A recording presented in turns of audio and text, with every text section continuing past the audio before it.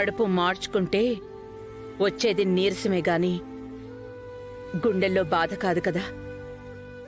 ఈ అత్తయ్య నీకు తోడుగా ఉంది. ఇదిగో ఇప్పుడు మీ సంతోషాల్ని ముద్దగా కలిపాను.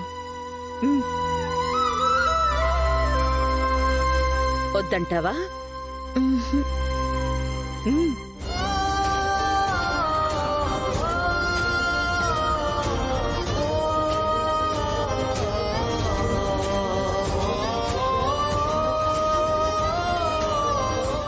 ఏంటమ్మా అలా చూస్తున్నావు? తిను.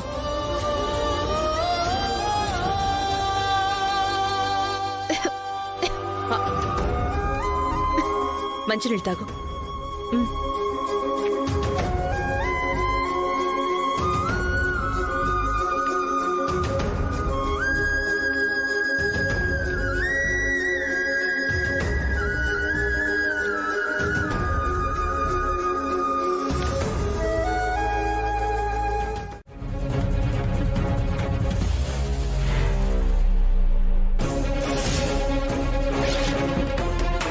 సమీరా,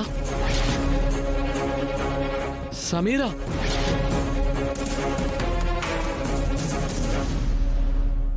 ఏంటి ఇన్స్పెక్టర్ గారు తనను అలా కొట్టి పడేశారు? ఏం తప్పు చేసిందంతను? మీ భార్య శరణ్య కనిపించకుండా పోవడానికి కారణమే ఈవిడి సార్. నో, తన అమాయకురాలు సార్. కాదు సార్, ఆవిడ ఒక డేంజరస్ గర్ల్. మీ ఆవిడ అదృశ్యమైన కేసులో ఈవిడే ప్రధాన నిందితురాలు. అందుకే కదా సార్ మీ అమ్మగారే వచ్చి కంప్లైంట్ ఇచ్చారు. అంతేకాదు సార్, ఆవిడ మీద అనుమానానికి గల ముఖ్యమైన ఎవిడెన్స్ ని మా ముందుంచారు. ఆ ఎవిడెన్స్ ఏవి నమ్మకండి సార్, అందులో ఏదో చీటింగ్ ఉంది. ఎస్, ఆ చీటింగ్ చేసింది, నేరం చేసింది అన్నీ సమీరానే సార్. మీరేదో పొరపాటు పడుతున్నారు సార్. సమీరా మీరు అనుకున్నట్టు కాదు సార్. అనుకున్నట్టు కాకపోతే మీరు హనీమూన్కి వెళ్లిన రిసార్ట్లో ఆవిడెందుకుంటుంది సార్?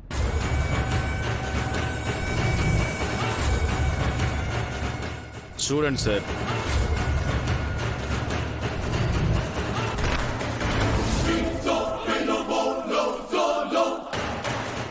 ఈ వీడియోస్ గ్రాఫిక్స్ కాదు అంటే అర్థమేంటి? అక్కడ ఈ ఇద్దరి మధ్య దేని గురించో తగులాట జరిగిందనే కదా అర్థం. ఆ తర్వాత మీ భార్య శరణ్య కనిపించకుండా పోయింది. మరి ఇంత పెద్ద ఎవిడెన్స్ ని మేము సంపాదించాక కూడా ఆవిడ్ని అమాయకురాలని ఎలా అనుకోవాలి సార్? సార్ చెప్పండి.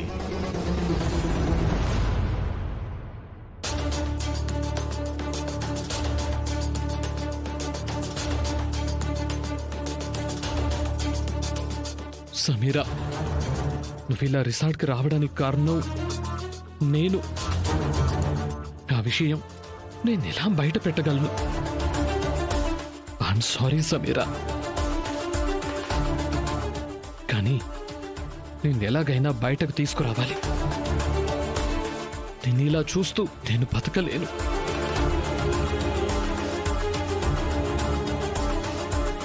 ఓ గాడ్, బెయిల్ కోసం ట్రై చేయాలన్నా ఈరోజు హాలిడే. మరి సమీరాను బయటకు తీసుకురావడం ఎలా? చెప్పండి, ఏం మాట్లాడాలి? సరదాగా మూవీకి వెళ్దామా? రెస్టారెంట్కి? ఏంటండి సిగ్గుపడుతున్నారా? ఓ, భయపడుతున్నారా? It's okay Lahari, first time meet అయ్యాం కదా, అలాగే ఉంటుంది. కాసేపు నువ్వు నాతో మాట్లాడుతూ ఉన్నావంటే ఎవ్రీథింగ్ క్లియర్. నేను వెళ్తానండి, ప్లీజ్ డోంట్ మైండ్. నాకు కొంచెం పని ఉంది.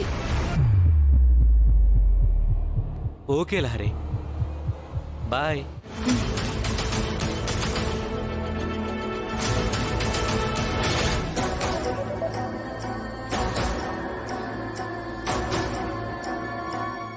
అక్క,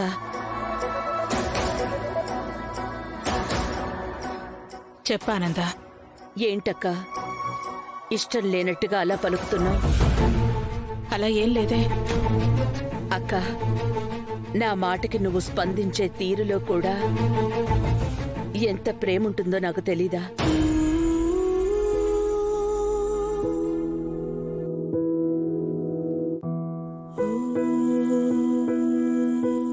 ఎందుకక్క ఇలా? ఎందుకు మా మీద నీకు కోపం? అలాగే స్వాతంత్రం, కోపడే అంత అర్హత మాకు లేవని అర్థమయ్యాక కూడా వాటినెందుకు ఆనందా మేం మీ మీద ప్రదర్శిస్తాము? ఏదో మా అంతలో మేముంటేనే మా మర్యాద మేం కాపాడుకోగలవని అలాగే ఉంటున్నాము.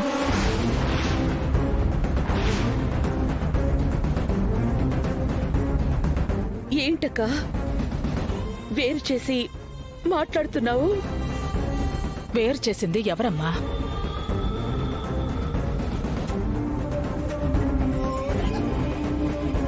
దర్శనన్న మాటలకి మా గుండెలు చితికిపోయాయి ఆనంద. ఏ చేతుల్లో పెరిగినవాడు మేమెవరవని ప్రశ్నించాడు.